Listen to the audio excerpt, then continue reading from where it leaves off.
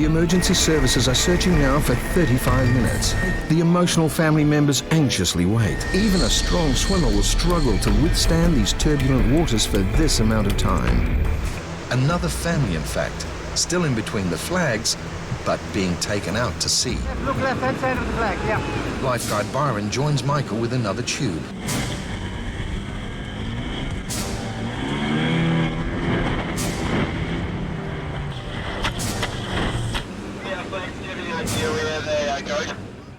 The glare makes it impossible to distinguish happy swimmers from those struggling.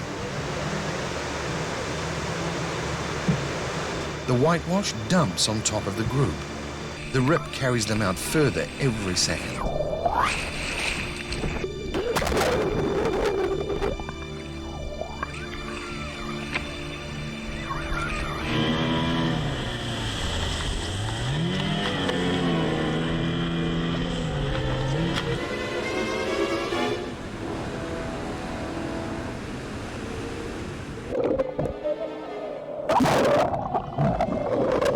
Two members of the public prop a little boy up on their boogie board and try to keep him calm.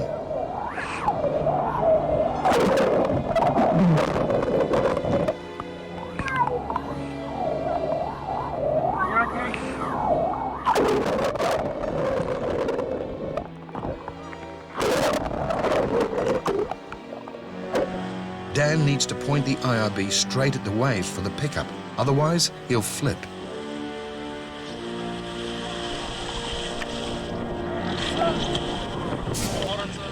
Hold on, you guys. Who is it? Gonna get me? You guys right? Yeah. Sweet, mate. That's right.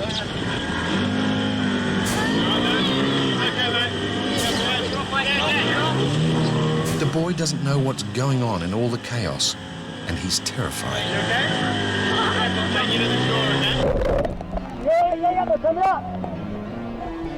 Water cameraman Scott comforts one of the parents, still way out. Dan circles back in the IRB.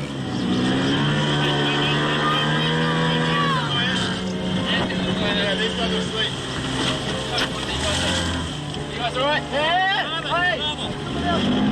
Yeah, Dan! Driver Dan can't race over to the patient because another swimmer panics and clings to the back of the boat. It's not the boy's dad. And now they've only got room in the boat for one more.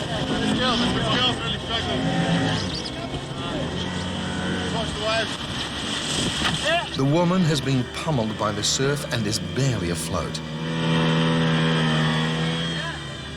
They're coming.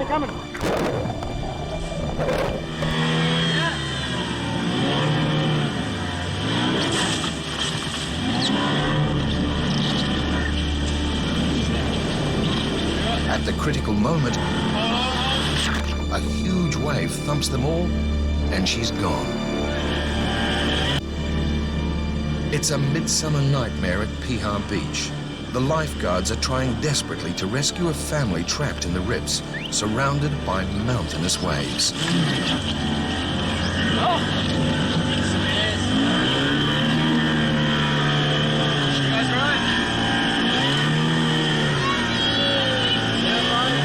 The boy can only think of one person.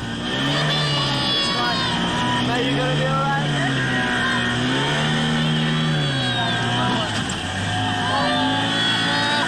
Hey, baby, mummy's here. It's okay, baby, mummy's here. You okay?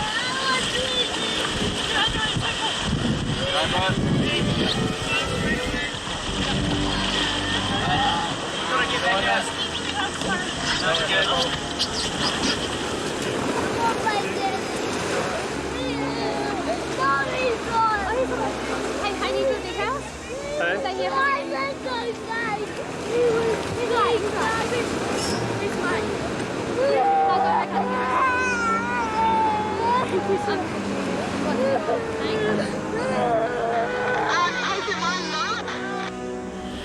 Dan and Richard charge back out to search for the boy's father.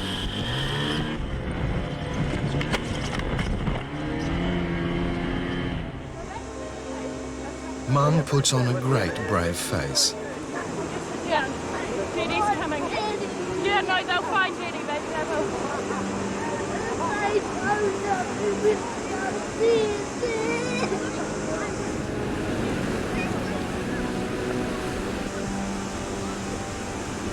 It's the longest minute of their lives. One man is in a serious condition. 2 of his friends are still missing. 3 IRBs, 2 helicopters, and numerous locals are searching the area. With only a few minutes of daylight left in IRB 1, Duncan and Chode spot what they think is one of the missing men in one of Lion Rock's inlets. Duncan volunteers to explore the area further. Chode keeps the IRB off the sharp rock edges, a task made more difficult by the relentless swell. On the beach, the patient needs to be moved to higher ground. The tide is coming in rapidly.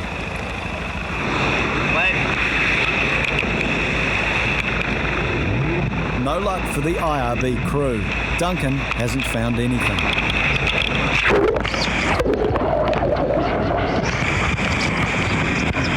They decide to leave the inlet. Bro, nothing, eh? Nothing in there, bro. It would have popped up, I reckon. Or be so far squashed into those rocks. Wait. Meanwhile, a United Piha Club lifeguard has climbed halfway up Lion Rock. Chode and Duncan prepare for the search to continue into the dark. They need the night kit.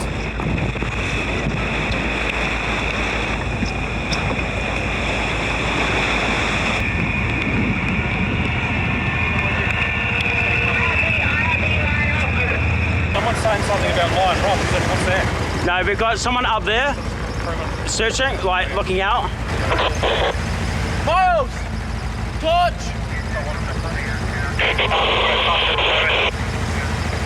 Wait, are you hearing that, or is it just comms in general that are breaking up?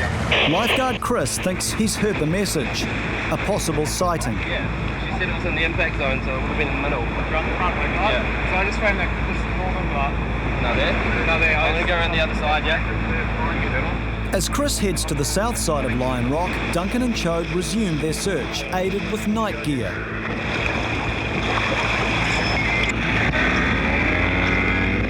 On the south side, Chris wades around Lion Rock to rule out anyone stuck between the rocks.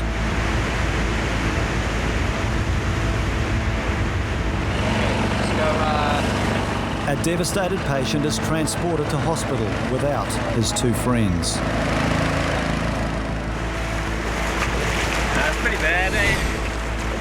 Just heaps of waves coming in the front. A little bit dangerous to go around, but if they're around there, there's no way that they're anywhere. They're either pushed into the rocks or taken a bit further out, but it's starting to get dark, so it's just not safe to keep going around. 45 minutes into the search, all teams fear they are now looking for bodies. 10 minutes after the broken radio calls, news is confirmed of a sighting from Lion Rock. Someone's just said that they can see the body. I've got that. You got that? Yeah. Okay. IRB1, head just right round the backside of Lion Rock. We just had a witness say they've seen a body on the backside of Lion Rock. So, I repeat, head down. Yeah, all copy here, line. We're going you now. Can you get that other boat to come to us? Over. Copy, so why don't we have the IRBs head out back south, straight off the back of Lion Rock, and other IRBs come out from the outside in. Eli from Chode, I've got a guy climbing down the face of Lion Rock. Copy that. Rescue him, see if he's with the party that's missing, over. He's not in too much trouble. Is he one of yours, over? No, it's Brando. He's helping us. Eli, Chode, which side? We've been Informant that saw someone in the water. Over. Where did you see them? They saw them from up there. It's from up here. From up here? Yep. You saw them over here? But another thorough search does not locate the missing men. Break all IRBs, keep tight intervals as we are losing daylight, over. Must be almost 9 o'clock, 5 to 10 minutes of light left. We still haven't found anybody, you know. Got 3 IRBs out there, 2 helicopters, got the Piha Rescue helicopter and the police, I think it's the Eagle helicopter. So what else can you do, you know? We can't send anyone else out in the water, so. At the surf club, the police request another land search, led by lifeguard and police officer Greg Wilson. Keep in line with them as best you can. It's high tide now. It's high tide now, so the beach is going to be pretty short. Again, United North and Piha South lifeguards continue to join forces and resources. More than 20 volunteers take off for one more search. Suddenly, lifeguard Brad spots something in the water. Just as the wave was coming through, saw a black object being flung around, potentially an arm. So we're just making sure there's nothing available there. We're just having a look just to cover all bases.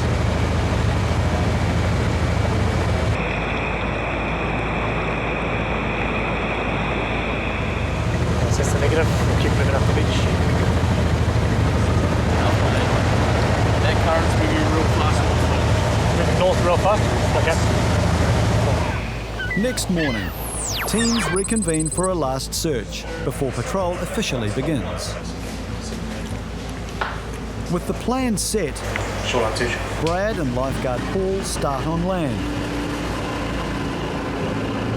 Police officer Greg will lead the second search crew. They go back to the incident site north of Lion Rock to commence their search. But they know the chances of finding the 2 men this morning are very slim.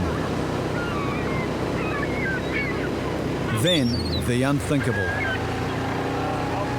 Right in front of them lays the lifeless body of one of the missing men. And not much further, his friend. Piha Tower from Rhino. While the lifeguards retrieve the bodies, Greg updates police. Hey, firm comms, 2 males located just north of Lion Rock on the water's edge.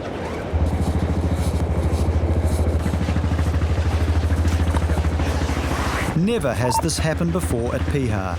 That at the exact same location the men went into the water, they washed ashore less than 10 hours later. The police will now update the family and the deceased will be handed over to the coroner. A very sad day, but at least with it is a sense of closure. There he is, there he is, there he is.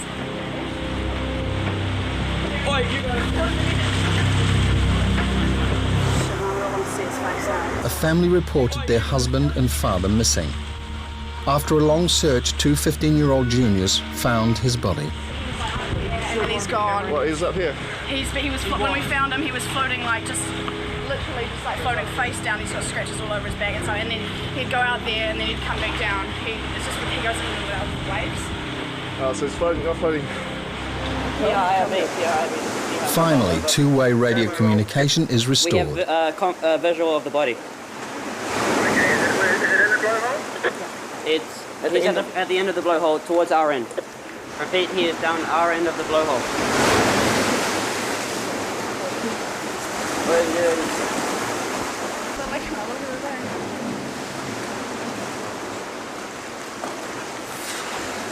Yeah, wait, guys, just... These juniors are not qualified to pull the body out of the water, but have been instructed to keep eyeballs on it at all times because the tide could wash it out to sea. Senior guards Scott and Kerrick arrive on the scene.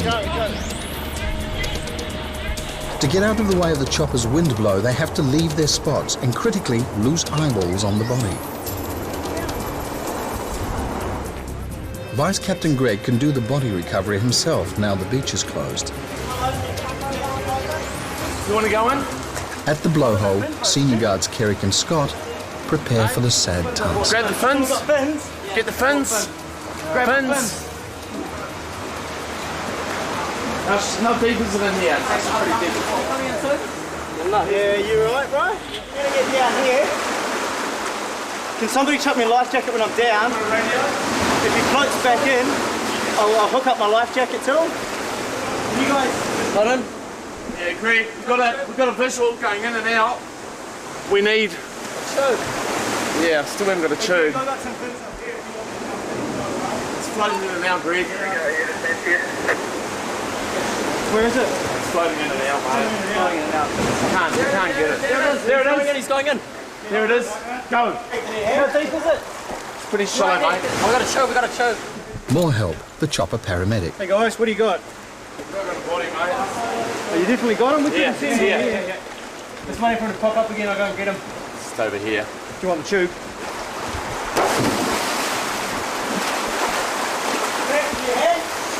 Go on, you go. Ollie, go.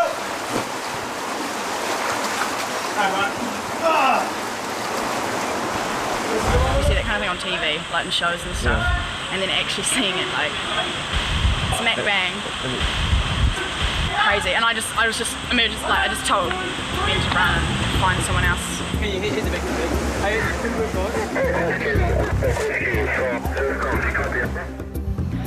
Next step after this is to make sure that these guys actually are okay and don't have any residual feelings. It's a pretty big one. Now that the body is safe on land, the next challenge is hoisting it out of the crevice.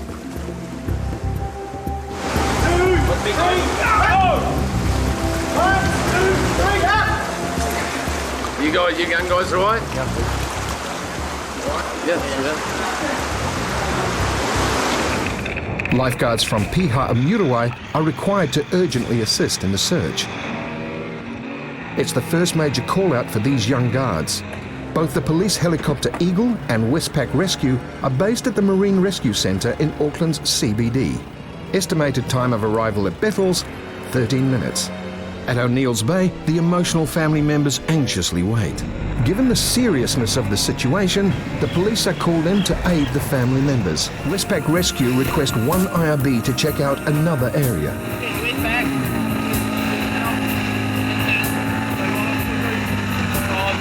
Down there. The choppers reckon that the rip's going out south. Lifeguards have to consider the possibility that the missing swimmer was able to swim into one of the many caves in an attempt to escape the strong currents. It is the same treacherous surging water mass, only it's in the dark. The check is to no avail. The emergency services are searching now for 35 minutes. Even a strong swimmer will struggle to withstand these turbulent waters for this amount of time.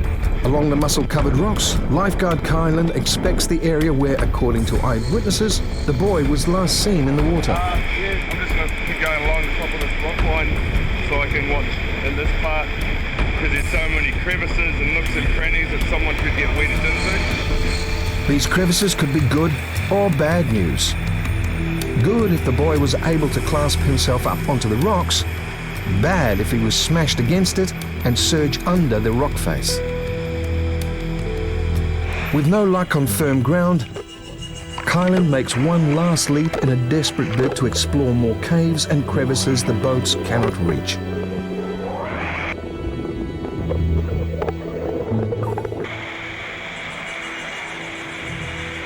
Suddenly, a glimmer of hope. A member of the public sees something black in the water, in front of the rock that separates O'Neill with the next bay.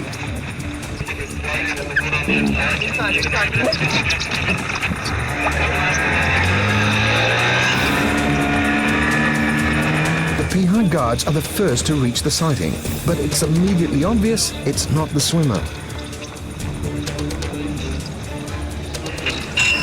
Yeah, Bethels, we've just picked up a black bag. We're bringing it back into shore, but we're not sure it could have been what people have been seeing, but we're heading in now, over. There was another situation. There was a diver that got into trouble and ditched all his gear. So you could have possibly retrieved all his gear. That is another situation. Yesterday, a diver narrowly escaped from drowning. After ditching his gear, he was able to reach safety. Vice Captain Trevor calls everybody into O'Neill Bay to reassess the situation. Yeah, we have no helicopters anymore, so at this point it's body recovery. It's hours down, so he's going to be underwater. We threw this rescue tube right here in the rib. It went out, over to the middle, and came back in. Yeah. So that's a potential, like, you know, some kind of thing we can follow. At this point, the body's clearly sitting on the bottom. Like, it's been an hour, it's filled with water, so maybe we just want to set up some sort of grid. The imminent outcome is devastating. No one is ever prepared for the feeling of loss. The lifeguards return to the water for a search of a different kind, a body recovery. 4 boats go in formation. Sadly, it's an all too familiar sight for Auckland's west coast. I doubt that he would have gone down this far because of the way the current's been going and that, and because of the conditions. But for my peace of mind, I just want to be able to go right down here and just get in through that cave so we know that we've done a thorough look.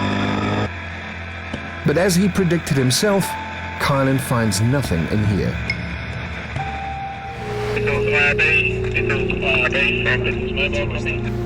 Stand down, repeat, stand down.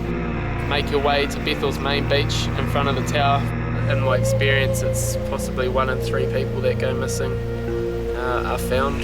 And as lifeguard Chucky and Paul prepare to launch, a hand goes up. A surfer keeps a young boy afloat. Start it, go.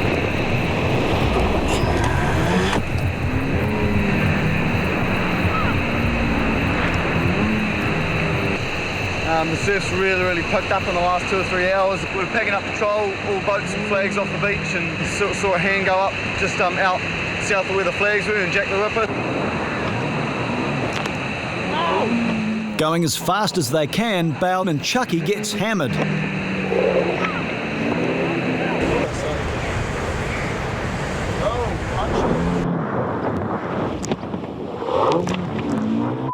Over there. Ow!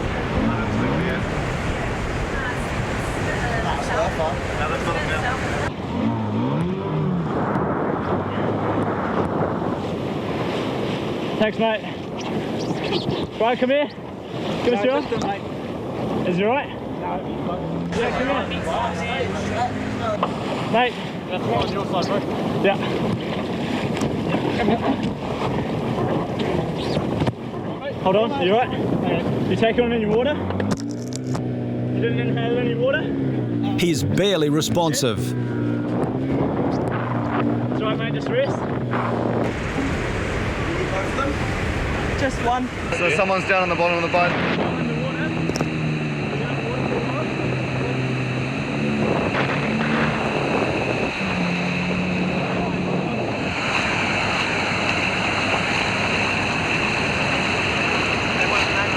Okay. Just lie there, just rest, just rest. Lie there. We'll reverse. Boy, do you want to lift up? We'll go straight on the trailer. Get him.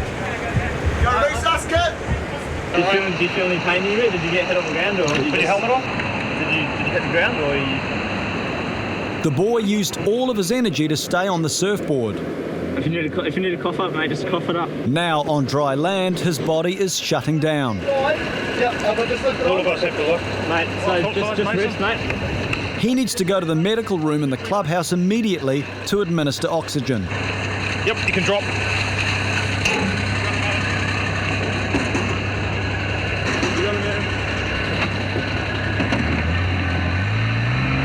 Airway. Airway.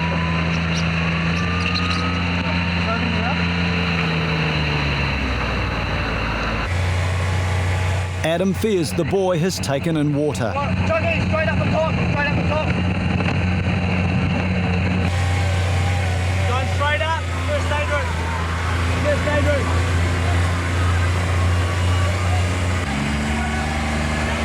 Get the ambulance to this one. Airway.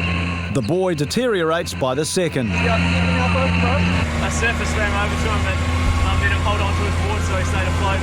Because he was just, like, that last little bit when I was watching him, he just wasn't staying afloat. Airway. Was he under when you got to him? The surfer had him on his board.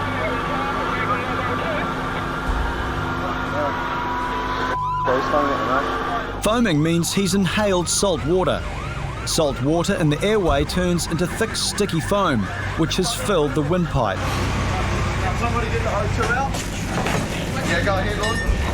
We're chucking straight on the board so you can just go straight. Spinal board? Yeah, get the spinal board. Yeah, just bring a stretcher. What way do you want to go up, bro? We've got a movement to the middle of the boat. Yep. Yeah, we good. Yep. Get a bottle. Get a bottle. Yep. I'm going to put this on you. Wait till it's inflated. I'm going to flick when this is inflated. I'm going to put it on you, and you just got to breathe normally, okay? Just breathe normally, mate. Just breathe normally.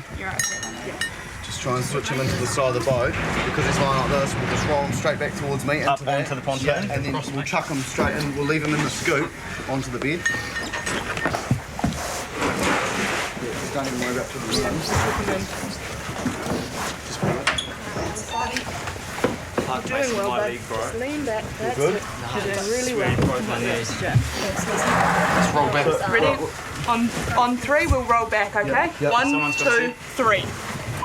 That's it, good boy. You're doing really well, buddy, okay? Maintain his airway. Doing really well. Don't worry, mate. He's breathing and conscious at this stage. We will advise further details wriggling out. Keegan updates Surfcom. Is your neck sore? Is your neck sore? It is? Yeah, okay. You just leave it how it is now, okay? We're right here with you. Spinal columns are down here. Totally all right. More complications. A possible spinal injury. Do we want to get one on the way? Yeah. Yes, please. We're going to go up, out, and then we'll go straight in. Okay, ready? So 1, 2, 3, up, go. Now that he's on oxygen and immobilised, they can move him to the medical room. Just keep him real level.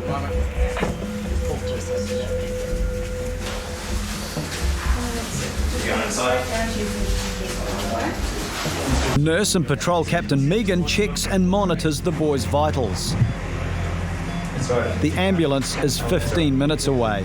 He starts to respond, but there's another problem. English is not his first language. Yeah, he's foaming at the mouth as soon as we pulled him out of the water. He just like sprawled out and stayed flat and pretty much deteriorated from there. Can you feel me doing that?